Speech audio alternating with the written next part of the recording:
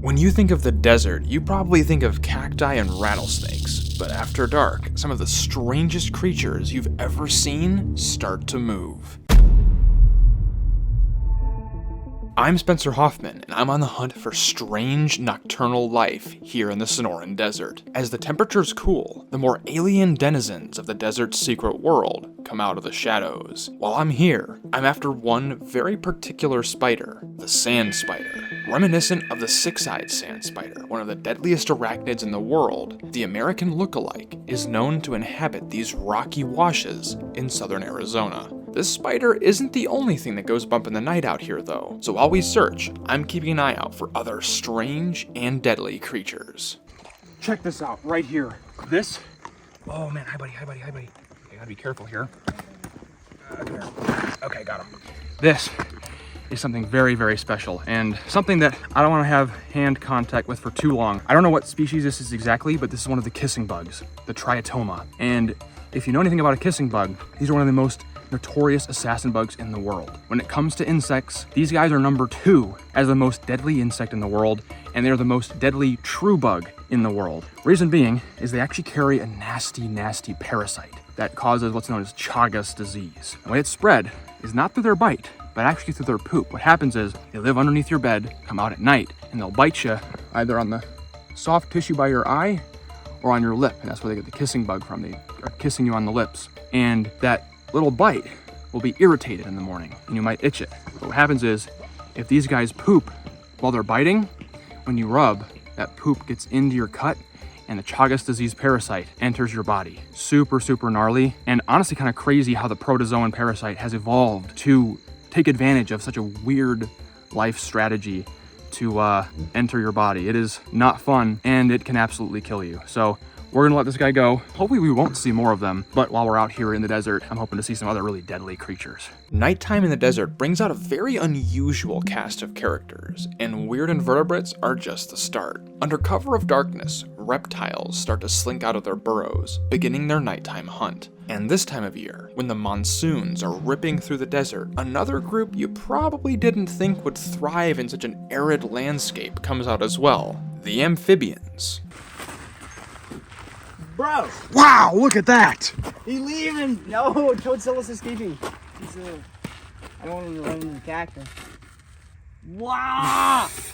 He's so big! He's like on top of the... Dude! It's like cane toad size. What is wrong with that toad? He's so huge! Hydrated, brother. Yo!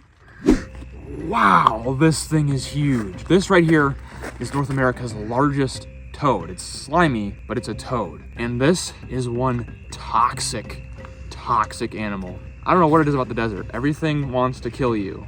They're poisonous, they're covered in spines, or they're venomous. And these guys, while it wouldn't kill you, it would make you feel really weird. The slime is actually basically a modified version of DMT, which is a psychedelic drug. People are known to actually capture these toads, poaching them to isolate their toxins to sell it on the market. It's kind of a problem, you know, but that's not something we want to see. We want to see these guys out in the wild. They are really, really important predators of a lot of invertebrates and probably even small reptiles. And it's kind of cool because pretty much nothing eats them. They're kind of like the native version of the cane toad, except they're not destroying the ecosystem. He's very, very unhappy. But we're just out here hiking this trail, hiking some washes and stuff, looking for all kinds of invertebrates. And hopefully seeing him out means that a lot of the more creepy crawly things are out on the move. So I'm gonna go ahead and let him go back out in the environment here. But that is one awesome animal to see.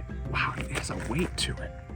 That is probably the biggest amphibian I have ever been hands-on with. The problem with hunting for creatures in the desert is, well, they're almost all nocturnal, which means you need to be nocturnal as well. If the heat doesn't get you, the fatigue certainly will, but those who make it into the wee hours of the morning are rewarded with even stranger creatures. We didn't find our sand spider, but I did see an arachnid I've wanted to catch for years. Big camel spider. Oh wow, he's fast. Oh wow, they're really fast. Hold on. Hi, buddy. Oh, jeez. Okay. That was about the smoothest sulfugid catch on the internet. I got lucky. It's like late at night right now. Like, don't even ask what time it is. It's kind of embarrassing.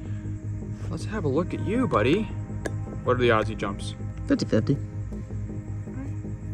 Hi. Look at that. Wow, that's a weird looking creature. This is the solifuge, the camel spider, a completely unique arachnid, and this is the first one I've ever caught.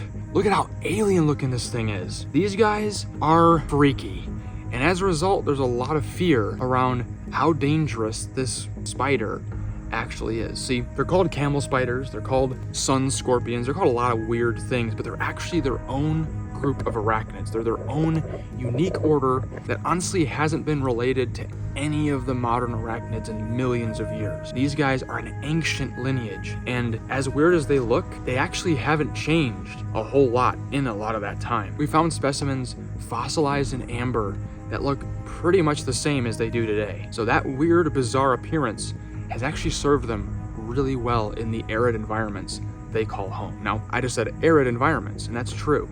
With a lot of tarantulas, whip scorpions, things like that, they're associated with the deserts of the Southwest, but by and large, tarantulas, scorpions, and whip scorpions are actually more of tropical groups. They're found more in like rainforests and more humid tropical environments. But the camel spiders actually are a desert group. They're found in a lot more arid environments in South Africa, the Middle East, and the Southwest US. As I'm looking at him right now, I can actually see he has tons and tons of hairs all over his legs there, and I guarantee you, those are sensory.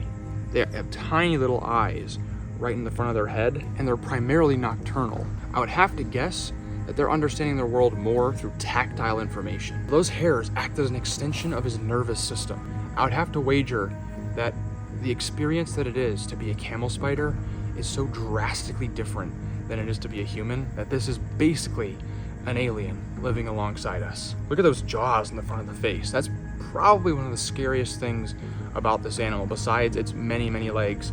This thing honestly looks kind of like if you took a scorpion, mixed it with a creepy spider like a brown recluse or something, and then slapped a bunch of really sharp, painful looking claws right on the front. The biggest thing about these guys is the fact that people think they're incredibly venomous. There are some rumors that come really from soldiers who are out in the Middle East. They say that some of these guys get to be like a foot long, are super aggressive and will chase you, and are deadly venomous. The reason they get the name camel spider, they're thought to be so venomous that a bite from one of them could kill a camel. But that is not entirely true. See, these guys are actually not at all venomous. They actually use those front claws to tear apart their prey. See, spiders and scorpions, they use venom. They have venomous fangs or venomous stingers that they use to paralyze and even sometimes dissolve the insides of their prey. But these guys, yeah, these guys are kind of gnarly in the way they hunt. So we've already seen how fast this animal can be. Lightning fast. They use that speed to actually literally just run down their prey, and they tackle it using these pedipalps in the front, and they'll basically tear it apart with these front claws. That is a gnarly way to go, let me tell you. Sometimes I think the venom might be a bit more humane. But these guys are absolutely insane, and something I wanted to see for an extremely long time. Wow.